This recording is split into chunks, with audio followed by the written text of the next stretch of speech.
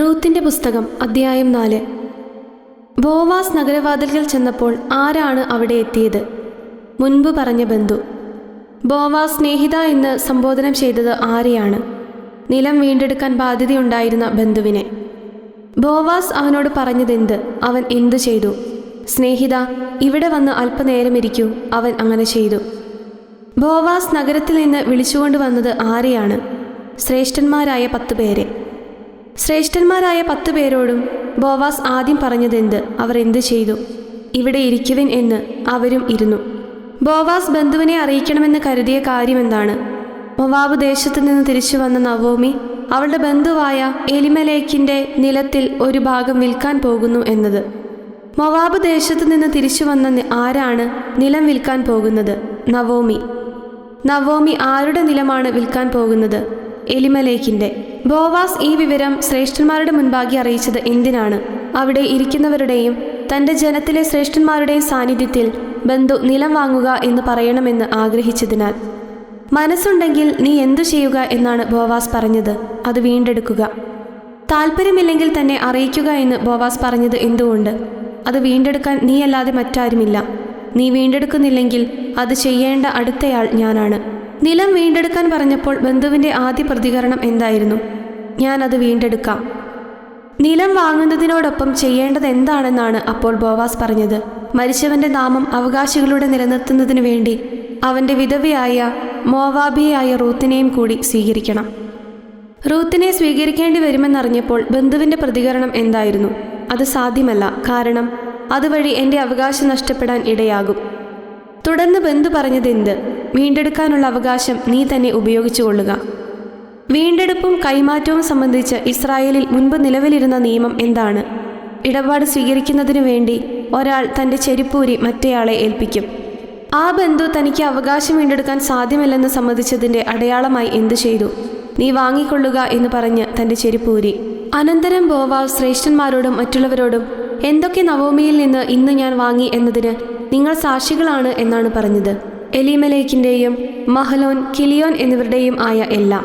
മൊവാബിയും മഹലോന്റെ വിധവയുമായ റൂത്തിനെ ഭാര്യയായി ഞാൻ സ്വീകരിച്ചിരിക്കുന്നു എന്ന് പ്രഖ്യാപിച്ച ബോവാസ് അതിൻ്റെ ലക്ഷ്യമായി പറഞ്ഞത് എന്ത്? മരിച്ചവന്റെ നാമം സഹോദരന്മാരുടെ ഇടയിൽ നിന്നും ജന്മദേശത്തു നിന്നും മാഞ്ഞു പോകാതിരിക്കാനും അനന്തരാവകാശികളിലൂടെ അത് നിലനിർത്തുന്നതിനും വേണ്ടിയാണിത്. അപ്പോൾ ആരാണ് ഞങ്ങൾ സാക്ഷികളാണ് എന്ന് പറഞ്ഞത്? ശ്രേഷ്ഠന്മാരും നഗരകവാടത്തിൽ നിന്നിരുന്നവരും. ശ്രേഷ്ഠന്മാരും നഗരകവാടത്തിൽ നിന്നിരുന്നവരും കർത്താവ് നിന്റെ ഭവനത്തിലേക്ക് വരുന്ന സ്ത്രീയെ ആരൊക്കെ പോലെയാണ് ആക്കട്ടെ എന്നാണ് ആശംസിച്ചത്. ഇസ്രായേൽ ജനത്തിന് ജന്മം കൊടുത്ത റാഹേൽ, ലെയ എന്നിവരെ പോലെ. നീ എവിടെ ഐശ്വര്യവാനും എവിടെ പ്രസിദ്ധനുമാകട്ടെ എന്നാണ് അവർ പറഞ്ഞത്. എഫ്രാത്തായിൽ, ബെത്ലഹേമിൽ. യൂദായ്ക്ക് താമാറിൽ ജനിച്ച പേരസിന്റെ ഭവനം പോലെ ആരിലൂടെ നിന്റെ ഭവനവുമാകട്ടെ എന്നാണ് ആശംസിച്ചത്. ഈ യുവതിയിൽ കർത്താവ് നിനക്ക് തരുന്ന സന്താനങ്ങളിലൂടെ. ബോവാസ് റൂത്തിനെ ഭാര്യയായി സ്വീകരിക്കുകയും അവനവളെ പ്രാപിക്കുകയും ചെയ്ത ശേഷം കർത്താവിൻ്റെ അനുഗ്രഹത്താൽ എന്ത് സംഭവിച്ചു? റൂത്ത് ഗർഭിണിയായി ഒരു പുത്രനെ പ്രസവിച്ചു. റൂത്ത് ഒരു പുത്രനെ പ്രസവിച്ചപ്പോൾ സ്ത്രീകൾ നവോമിയോട് പറഞ്ഞ ആശംസ എന്താണ്? നിനക്ക് ഒരു പിന്തുടർച്ച അവകാശിയെ നൽകിയ കർത്താവ് വാഴ്ത്തപ്പെട്ടവനാകട്ടെ. ആ അവകാശി ഇസ്രായേലിൽ പ്രസിദ്ധി ആർജിക്കട്ടെ. ആ ശിശു അവൾക്ക് എങ്ങനെയായിരിക്കും? അവൻ നവോമിക്ക് നവജീവൻ പകരും, വാർദ്ധക്യത്തിൽ താങ്ങായിരിക്കും. എങ്ങനെയുള്ള മരുമകളാണ് അവനെ പ്രസവിച്ചത് എന്നാണ് സ്ത്രീകൾ നവോമിയോട് പറഞ്ഞത്. നിന്നെ സ്നേഹിക്കുന്നവളും 7 പുത്രന്മാരെക്കാൾ വിലപ്പെട്ടവളുമായ നിന്റെ മരുമകൾ. ശിശുവിനെ മാറോടണയ്ക്കുകയും അവനെ പരിപാലിക്കുകയും ചെയ്തത് ആരാണ്? നവോമി. നവോമിക്ക് ജനിച്ച പുത്രന് ആരാണ് ഓബദ് എന്ന് പേരിട്ടത്? അയൽക്കാരായ സ്ത്രീകൾ. അയൽക്കാരായ സ്ത്രീകൾ എന്തു പറഞ്ഞാണ് ഓബദ് എന്ന് അവന് പേരിട്ടത്? നവോമിക്ക് ഒരു പുത്രൻ ജനിച്ചിരിക്കുന്നു എന്ന് പറഞ്ഞ്. ഓബദ് ആരുടെ പിതാവാണ്? ദാവീദിന്റെ പിതാവായ ജസ്സയുടെ. പേരസിന്റെ പിൻതലമുറക്കാരിലെ ആദ്യത്തെ കണ്ണിയായി 4:18 ആരെയാണ് പറയുന്നത്? ഹെബ്രോനെ. ഹെബ്രോൻ ആരുടെ പിതാവാണ്? രാമിൻ്റെ. രാം ആരുടെ പിതാവാണ്? അമ്മിനാദാബിൻ്റെ. അമ്മിനാദാബ്, നഹ്ഷോൻ എന്നിവർ ആരുടെയെല്ലാം പിതാക്കന്മാരാണ്? അമ്മിനാദാബ് നഹ്ഷോന്റെയും നഹ്ഷോൻ സൽമോന്റെയും പിതാവാണ്. സൽമോൻ ആരുടെയും ബോവാസ് ആരുടെയും പിതാവാണ്? സൽമോൻ ബോവാസിൻ്റെയും ബോവാസ് ഓബദിൻ്റെയും പിതാവാണ്. റൂത്ത് 4:7-8 പരാമർശിക്കുന്ന ആശയം ഉൾക്കൊള്ളുന്ന മറ്റൊരു തിരുവചന ഭാഗം ഏത്? നിയമാവർത്തനം 25:9. റൂത്ത് 4:10 സമാനമായ മറ്റൊരു പഴയ നിയമവാക്യം ഏത്? നിയമാവർത്തനം 25:5-6. ഉൽപ്പത്തി 38:27-30 നിന്നുള്ള വ്യക്തികൾ റൂത്തിന്റെ പുസ്തകത്തിൽ പരാമർശിക്കപ്പെടുന്നത് എവിടെയാണ്? റൂത്ത് 4:12. റൂത്ത് 4:18-22 വംശാവലി വിവരണം ഉൾക്കൊള്ളുന്ന സുവിശേഷ ഭാഗങ്ങൾ ഏവ? മത്തായി 1:3-5, ലൂക്ക 3:31-33. സാമുവലിന്റെ പുസ്തകം ആമുഖം. 1 സാമുവൽ പരിശുദ്ധ ബൈബിളിലെ എത്രാമത്തെ പുസ്തകമാണ്? 9ാമത്തെ. 1 സാമുവൽ ഏത് വിഭാഗത്തിൽപ്പെടുന്ന പുസ്തകമാണ്? ചരിത്ര പുസ്തകങ്ങൾ. അവസാനത്തെ ന്യായാധിപൻ ആരായിരുന്നു? സാമുവൽ. സാമുവലിന്റെ പേരിലുള്ള 2 പുസ്തകങ്ങളുടെ ഉള്ളടക്കം എന്താണ്? സാമുവലിന്റെ കാലം മുതൽ ദാവീദിന്റെ ഭരണത്തിന്റെ അവസാനം വരെയുള്ള ചരിത്രം. 1-2 സാമുവൽ, 1-2 രാജാക്കന്മാർ എന്നിവ ഗ്രീക്ക് പരിഭാഷയിൽ എങ്ങനെയാണ് അറിയപ്പെടുന്നത്?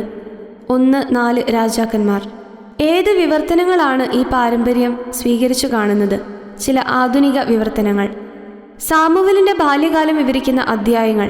1-3. 1 സാമുവൽ അധ്യായം 1. എവിടെയാണ് സൂഫ് വംശജനായ എൽക്കാന എന്നൊരാളുണ്ടായിരുന്നത്? എഫ്രായിം മലനാട്ടിലെ റാമാത്തായീമിൽ. എൽക്കാനായുടെ പിതാവ് ആരായിരുന്നു? യറോഹാം. യറോഹാം ആരുടെ പുത്രനായിരുന്നു? എലീഹൂവിൻ്റെ. എലീഹൂവിൻ്റെ പിതാവ് തോഹു.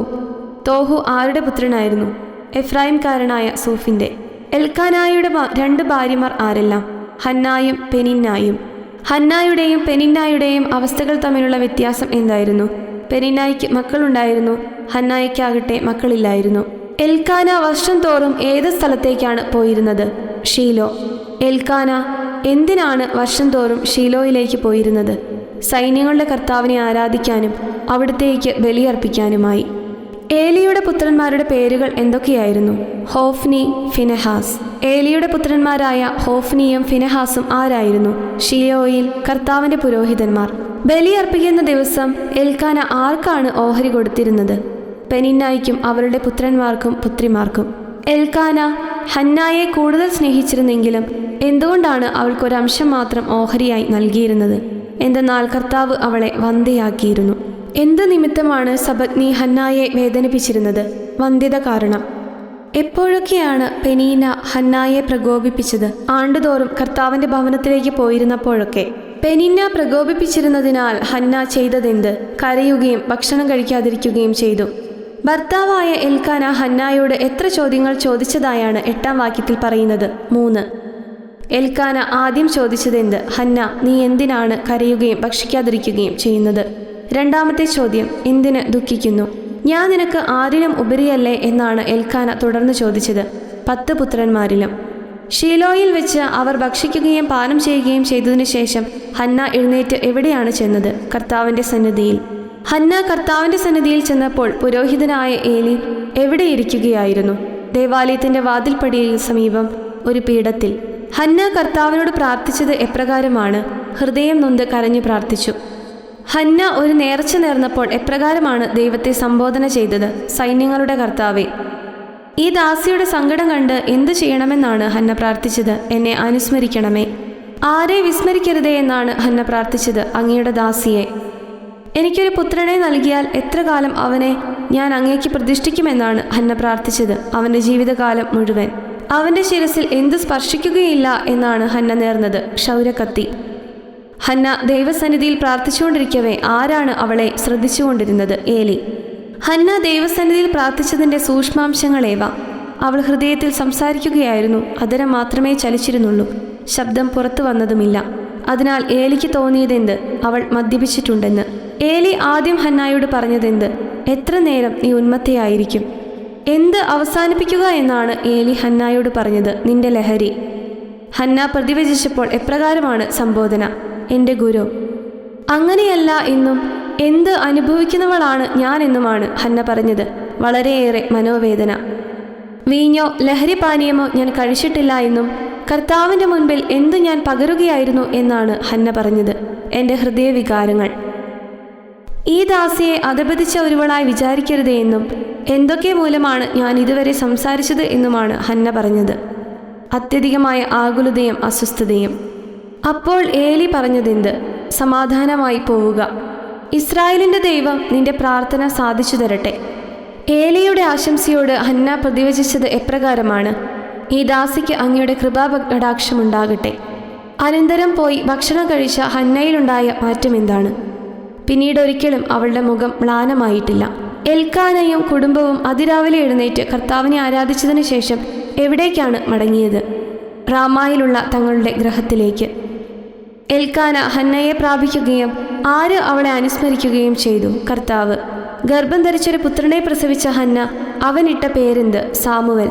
ഹന്ന എന്തു പറഞ്ഞാണ് അവന് സാമുവൽ എന്ന് പേരിട്ടത്? ഞാൻ അവനെ കർത്താവിനോട് ചോദിച്ചു വാങ്ങിയതാണ് എന്ന് പറഞ്ഞു. എൽക്കാന കുടുംബസമേതം എന്തു ചെയ്യാൻ പോയപ്പോഴാണ് ഹന്ന പോകാതിരുന്നത്? കർത്താവിന് വർഷം തോറുമുള്ള ബലിയർപ്പിക്കാനും നേർച്ച നിറവേറ്റാനും. പോകാതിരിക്കാൻ കാരണമായി ഹന്ന ഭർത്താവിനോട് പറഞ്ഞതെന്ത്? കുഞ്ഞിൻ്റെ മുലകുടി മാറട്ടെ, അവൻ കർത്തൃസന്നിധിയിൽ പ്രവേശിച്ച് എന്നേക്കും അവിടെ വസിക്കുന്നതിന് അപ്പോൾ കൊണ്ടുവന്നുകൊള്ളാം. കുഞ്ഞിൻ്റെ മുലകുടി മാറിയ ശേഷം എന്തിനു വേണ്ടി അപ്പോൾ കൊണ്ടുവന്നുകൊള്ളാം എന്നാണ് ഹന്ന ഭർത്താവിനോട് പറഞ്ഞത്? അവൻ കർത്തൃസന്നിധിയിൽ പ്രവേശിച്ച് എന്നേക്കും അവിടെ വസിക്കുന്നതിന്. എപ്രകാരം ചെയ്തുകൊള്ളുക എന്നാണ് എൽക്കാന ഹന്നയോട് പറഞ്ഞത്? നിന്റെ യുക്തം പോലെ. അവൻ്റെ മുലകുടി മാറട്ടെ, എന്ത് നിറവേറ്റിയാൽ മതിയെന്നാണ് എൽക്കാന പറഞ്ഞത്. കർത്താവിനോടുള്ള വാക്ക്. ആരാണ് കുഞ്ഞിൻ്റെ മുലകുടി മാറുന്നത് വരെ വീട്ടിൽ താമസിച്ചത്? ഹന്ന. ഹന്ന സാമുവലിനെ ഷിയോലിൽ കർത്താവിൻ്റെ ആലയത്തിലേക്ക് കൊണ്ടുപോയപ്പോൾ കൂടെ കൊണ്ടുപോയവ ഏവ? 3 വയസ്സുള്ള ഒരു കാളക്കുട്ടി, 1 ഏഫ മാവ്, 1 കുടം വീഞ്ഞ് എന്നിവ. കർത്താവിൻ്റെ ആലയത്തിലേക്ക് കൊണ്ടുവന്നപ്പോൾ സാമുവലിൻ്റെ പ്രായം ബാലനായിരുന്നു. അവർ എന്തിനെയാണ് ബലിയർപ്പിച്ചത്? കാളക്കുട്ടിയെ. അനന്തരം ശിശുവിനെ ആരുടെ അടുക്കൽ കൊണ്ടുവന്നു? ഏലിയുടെ. ഹന്ന എപ്രകാരമാണ് സംബോധന ചെയ്തത്? ഗുരു. ഹന്ന എപ്രകാരമാണ് തന്നെ പരിചയപ്പെടുത്തിയത്? ഇവിടെ അങ്ങയുടെ മുൻപിൽ നിന്ന് കർത്താവിനോട് പ്രാർത്ഥിച്ച സ്ത്രീ തന്നെയാണ് ഞാൻ. ഈ കുഞ്ഞിനു വേണ്ടിയാണ് ഞാൻ പ്രാർത്ഥിച്ചത് എന്ന് പറയുന്ന ഹന്ന തുടർന്ന് പറഞ്ഞ സാക്ഷ്യമെന്ത്? എൻ്റെ പ്രാർത്ഥന കർത്താവ് കേട്ടു. തൻ്റെ പ്രാർത്ഥന കർത്താവ് കേട്ടതിനാൽ എന്തു ചെയ്യുമെന്നാണ് ഹന്ന പറഞ്ഞത്? ഞാൻ അവനെ കർത്താവിന് സമർപ്പിച്ചിരിക്കുന്നു. എത്ര കാലം അവൻ കർത്താവിനുള്ളവനായിരിക്കും എന്നാണ് ഹന്ന പറഞ്ഞത്? ആജീവനാന്തം. തുടർന്ന് അവർ എന്താണ് ചെയ്തത്? കർത്താവിനെ ആരാധിച്ചു. 1 സാമുവൽ അധ്യായം 2. ഹന്ന പ്രാർത്ഥിച്ചതനുസരിച്ച് അവളുടെ ഹൃദയം ആനന്ദിക്കുന്നത് ആരിലാണ്? കർത്താവിൽ. കർത്താവിൽ ഉയർന്നിരിക്കുന്നത് എന്ത്? ഹന്നായുടെ ശിരസ്. ഹന്നായുടെ അധരം എന്തു ചെയ്യുന്നു? ശത്രുക്കളെ പരിഹസിക്കുന്നു. ഹന്ന ആനന്ദിക്കുന്നത് എന്തിൽ? അവിടുത്തെ രക്ഷയിൽ. കർത്താവിനെ പോലെ പരിശുദ്ധനായി മറ്റാരുമില്ലെന്ന് ഹന്ന പറയുന്ന വാക്യം 1 സാമുവൽ 2:2. ആരെപ്പോലെ സുസ്ഥിരമായ ഒരു ആശ്രയമില്ല എന്നാണ് ഹന്ന പ്രാർത്ഥനയിൽ പറഞ്ഞത്. നമ്മുടെ ദൈവത്തെ പോലെ. മേലിൽ എന്തു ചെയ്യരുതെന്നാണ് ഹന്ന തൻ്റെ പ്രാർത്ഥനയിൽ പറയുന്നത്? അഹന്തയോടെ സംസാരിക്കരുത്. ആദ്യം മേധസ് ദഹിപ്പിക്കട്ടെ എന്ന് തടസ്സം പറഞ്ഞാൽ ഭൃത്യൻ എന്തു മറുപടി പറയുമായിരുന്നു? പോരാ, ഇപ്പോൾ തന്നെ വേണം, അല്ലെങ്കിൽ ഞാൻ ബലം പ്രയോഗിച്ച് എടുക്കും. ഏലിയുടെ പുത്രന്മാരുടെ പാപം എവിടെയാണ് ഗുരുതരമായി തീർന്നത്? ദൈവസന്നിധിയിൽ. ഏലിയുടെ പുത്രന്മാർ തങ്ങളുടെ പാപം ദൈവസന്നിധിയിൽ ഗുരുതരമായി തീരാൻ തക്കവിധം അത്ര അശ്രദ്ധയോടെ എന്തിനെയാണ് വീക്ഷിച്ചത്? കർത്താവിനുള്ള അർച്ചനയെ. ബാലനായ സാമുവൽ കർത്താവിനെ ശുശ്രൂഷ ചെയ്യുമ്പോൾ അവൻ ധരിച്ചിരുന്ന വസ്ത്രം എന്തായിരുന്നു? ചണനൂൽ കൊണ്ടുള്ള ഒരു വിശേഷ വസ്ത്രം. സാമുവലിന് അവൻ്റെ അമ്മ വർഷം തോറും എന്തുണ്ടാക്കി എപ്പോഴാണ് കൊടുത്തിരുന്നത്? ചെറിയ ഉടുപ്പ്. ബലിയർപ്പിക്കാൻ ഭർത്താവിനോടൊത്ത് വർഷം തോറും പോകുമ്പോൾ. ഏലി എന്തു പറഞ്ഞാണ് എൽക്കാനായെയും ഭാര്യയെയും അനുഗ്രഹിച്ചിരുന്നത്? കർത്താവിന് സമർപ്പിച്ച ഈ കുട്ടിക്ക് പകരം ഈ സ്ത്രീയിൽ നിന്ന് തന്നെ വേറെ സന്താനങ്ങളെ ദൈവം നൽകട്ടെ എന്ന്. കർത്താവ് ഹന്നായെ കടാക്ഷിച്ചതിൻ്റെ ഫലമായി ഹന്ന ഗർഭം ധരിച്ച് എത്ര പുത്രന്മാരെയും പുത്രിമാരെയും പ്രസവിച്ചു? 3 പുത്രന്മാരെയും 2 പുത്രിമാരെയും. ബാലനായ സാമുവൽ എവിടെയാണ് വളർന്നത്? കർത്താവിൻ്റെ സന്നിധിയിൽ. ഏലി വൃദ്ധനായപ്പോൾ അദ്ദേഹം കേട്ടതെന്ത്? തൻ്റെ പുത്രന്മാർ ഇസ്രായേൽ ജനത്തോട് ചെയ്തിരുന്നത് എല്ലാം. ഏലിയുടെ പുത്രന്മാർ ചെയ്തവയിൽ ഏലി അറിഞ്ഞ വിവരമെന്ത്? സമാഗമ കൂടാരത്തിൻ്റെ പ്രവേശന കവാടത്തിൽ ജോലി ചെയ്തിരുന്ന സ്ത്രീകളോടൊത്ത് അവർ ക്ഷയിച്ചിരുന്ന വിവരം. എന്താണ് നിങ്ങൾ ഈ ചെയ്യുന്നത് എന്ന് ചോദിക്കുന്ന ഏലി താൻ എന്തു കേൾക്കുന്നു എന്നാണ് മക്കളോട് പറഞ്ഞത്? നിങ്ങളുടെ ദുഷ്കൃത്യങ്ങളെപ്പറ്റി ഓരോരുത്തർ പറയുന്നത്. തുടർന്ന് ഏലി എപ്രകാരം സംബോധന ചെയ്ത് എന്താണ് ആദ്യം പറഞ്ഞത്? മക്കളെ, മേലാൽ അങ്ങനെ ചെയ്യരുത്. നിങ്ങളെപ്പറ്റി ആരും പറഞ്ഞ് ഞാൻ കേൾക്കുന്ന കാര്യങ്ങൾ തീരെ നന്നല്ല എന്നും മനുഷ്യരോട് പാപം ചെയ്താൽ ആരും മാധ്യസ്ഥം വഹിക്കുമെന്നുമാണ് ഏലി പറഞ്ഞത്. ദൈവജനം, ദൈവം. കർത്താവിനോട് പാപം ചെയ്താൽ മാധ്യസ്ഥം വഹിക്കാൻ ആരുമില്ല എന്ന അർത്ഥത്തിൽ ഏലി ചോദിച്ചത് എന്ത്? കർത്താവിനോട് പാപം ചെയ്താൽ ആര് മാധ്യസ്ഥം വഹിക്കും? ഏലിയുടെ പുത്രന്മാർ പിതാവിൻ്റെ വാക്ക് കേൾക്കാതിരുന്നതിൻ്റെ കാരണം എന്തായിരുന്നു? അവരെ നശിപ്പിക്കാൻ കർത്താവ് നിശ്ചയിച്ചിരുന്നു. ബാലനായ സാമുവൽ ആരുടെയൊക്കെ പ്രീതിയിലാണ് വളർന്നു വന്നത്, കർത്താവിൻ്റെയും മനുഷ്യരുടെയും. ഏലിയുടെ അടുക്കൽ വന്ന് കർത്താവ് ഇപ്രകാരം പറയുന്നു എന്ന് മുഖവരയോടെ സംസാരിച്ചത് ആരായിരുന്നു? കർത്താവ് അയച്ച ഒരാൾ. കർത്താവ് ഏലിയുടെ പിതാവിൻ്റെ കുടുംബത്തിന് തന്നെ തന്നെ വെളിപ്പെടുത്തിയത് എവിടെ അടിമയായിരിക്കുമ്പോൾ ആയിരുന്നു? ഈജിപ്തിൽ ഫറവോയുടെ ഭവനത്തിൽ. ഏലിയുടെ പിതൃഭവനത്തെ കർത്താവ് എന്തിനു വേണ്ടിയാണ് ഇസ്രായേലിൻ്റെ എല്ലാ ഗോത്രങ്ങളിൽ നിന്ന് പുരോഹിതനായി തിരഞ്ഞെടുത്തത്? ബലിപീഠത്തെ സമീപിക്കാനും ധൂപാർപ്പണം നടത്താനും തൻ്റെ മുൻപിൽ എഫോദ് ധരിക്കാനും. ഇസ്രായേൽ മക്കൾ ദഹനബലിക്ക് അർപ്പിച്ചതെല്ലാം കർത്താവ് ആർക്കാണ് കൊടുത്തത്? ഏലിയുടെ പിതൃഭവനത്തിന്. എന്നിട്ടും എന്തുകൊണ്ടാണ് എനിക്ക് അർപ്പിക്കണമെന്ന് കൽപ്പിച്ചിട്ടുള്ള എന്തിനെയൊക്കെ നീ ആർത്തിയോടെ നോക്കുന്നത് എന്നാണ് കർത്താവ് ഏലിയോട് ചോദിച്ചത്. ബലികളെയും കാഴ്ചകളെയും. ഏലിയും മക്കളും എന്തു തിന്നാണ് കൊഴുത്തത് എന്നാണ് കർത്താവ് താനയച്ച ആളിലൂടെ പറഞ്ഞത്. എൻ്റെ ജനം എനിക്ക് അർപ്പിക്കുന്ന സകല ബലികളുടെയും വിശിഷ്ട ഭാഗം. എന്നേക്കാൾ കൂടുതൽ ആരെ നീ ബഹുമാനിക്കുന്നത് എന്നാണ് കർത്താവ് ചോദിച്ചത്? നിന്റെ മക്കളെ. അതിനാൽ ഇസ്രായേലിൻ്റെ ദൈവമായ കർത്താവ് അരുളി ചെയ്യുന്നു എന്ന് പറഞ്ഞുകൊണ്ട് കർത്താവ് അയച്ച ആൾ ആദ്യം ഓർമ്മിപ്പിച്ചത് എന്ത്? നിന്റെയും നിന്റെ പിതാവിൻ്റെയും കുടുംബം നിത്യവും എനിക്ക് ശുശ്രൂഷ ചെയ്യുമെന്ന് ഞാൻ വാഗ്ദാനം ചെയ്തിരിക്കുന്നു. എന്നാൽ ഇപ്പോൾ കർത്താവായി ഞാൻ പ്രഖ്യാപിക്കുന്നു. പ്രഖ്യാപനത്തിൻ്റെ ആദ്യ ഭാഗം എന്താണ്? ഇനി അങ്ങനെ ആയിരിക്കുകയില്ല. എന്നെ ആദരിക്കുന്നവരെ ഞാനും ആദരിക്കും, എന്നെ നിന്ദിക്കുന്നവർ നിന്ദിക്കപ്പെടും. വാർദ്ധക്യത്തിലെത്താൻ ആർക്കും ഇടയാകാത്ത വിധം ആരുടെ ശക്തി ഞാൻ ക്ഷയിപ്പിക്കുന്ന ദിവസം ഇതാ അടുത്തിരിക്കുന്നു എന്നാണ് പറഞ്ഞത്, നിന്റെയും നിന്റെ പിതൃകുടുംബത്തിൻ്റെയും. ഇസ്രായേൽ ജനത്തിൽ മറ്റുള്ളവർക്ക് ഞാൻ നൽകുന്ന അനുഗ്രഹങ്ങൾ കണ്ട് നിങ്ങൾ എപ്രകാരമാകും? അസ്വസ്ഥരും അസൂയാലുക്കളുമാകും. നിന്റെ കുടുംബത്തിൽ പ്രായം ചെന്നവരായി മേലിൽ ആരും ഉണ്ടാവുകയില്ല എന്ന് പറയുന്ന കർത്താവ് നിങ്ങളിൽ ഒരുവനെ എന്തു ചെയ്യുകയില്ല എന്നാണ് കൂട്ടിച്ചേർത്തത്. എൻ്റെ ബലിപീഠത്തിൽ നിന്ന് ഞാൻ വിച്ഛേദിക്കുകയില്ല. നിങ്ങളിൽ ഒരുവനെ എൻ്റെ ബലിപീഠത്തിൽ നിന്ന് ഞാൻ വിച്ഛേദിക്കുകയില്ല എന്നതിനോട് ചേർത്ത് പറയുന്നത് എന്താണ്? കണ്ണീരുകൊണ്ട് അവൻ്റെ കാഴ്ച മങ്ങുകയും ഹൃദയം ഉരുകുകയും ചെയ്യും. ഏലിയുടെ സന്താനങ്ങൾക്ക് എന്ത് സംഭവിക്കും? വാളിനിരയാകും. നിന്റെ പുത്രന്മാരായ ഹോഫ്നിക്കും ഫിനെഹാസിനും എന്ത് സംഭവിക്കും എന്നും ഇത് നിനക്ക് എന്തായിരിക്കും എന്നുമാണ് കർത്താവ് ഏലിയോട് പറഞ്ഞത്. അവർ ഒരേ ദിവസം തന്നെ മരിക്കും, അടയാളമായിരിക്കും. ഏലിയുടെ സ്ഥാനത്ത് കർത്താവ് തനിക്ക് വേണ്ടി ആരെയാണ് തിരഞ്ഞെടുക്കുക? വിശ്വസ്തനായ ഒരു പുരോഹിതനെ. ഏലിയുടെ സ്ഥാനത്ത് കർത്താവ് തനിക്ക് വേണ്ടി തിരഞ്ഞെടുത്ത വിശ്വസ്തനായ ഒരു പുരോഹിതൻ എപ്രകാരം പ്രവർത്തിക്കും? കർത്താവിൻ്റെ ഹൃദയാഭിലാഷം അനുസരിച്ച്. കർത്താവ് കുടുംബം നിലനിർത്തുന്ന വിശ്വസ്തനായ പുരോഹിതൻ എവിടെയാണ് നിത്യവും ശുശ്രൂഷ ചെയ്യുന്നത്? കർത്താവിൻ്റെ അഭിഷിക്തൻ്റെ സന്നിധിയിൽ. ഏലിയുടെ കുടുംബത്തിൽ അവശേഷിക്കുന്നവരെല്ലാം എന്തിനൊക്കെ വേണ്ടിയാണ് കർത്താവ് തനിക്ക് വേണ്ടി തിരഞ്ഞെടുത്ത പുരോഹിതനോട് യാചിക്കുക? ഒരു വെള്ളിക്കാശിനും ഒരു കഷണം അപ്പത്തിനും വേണ്ടി.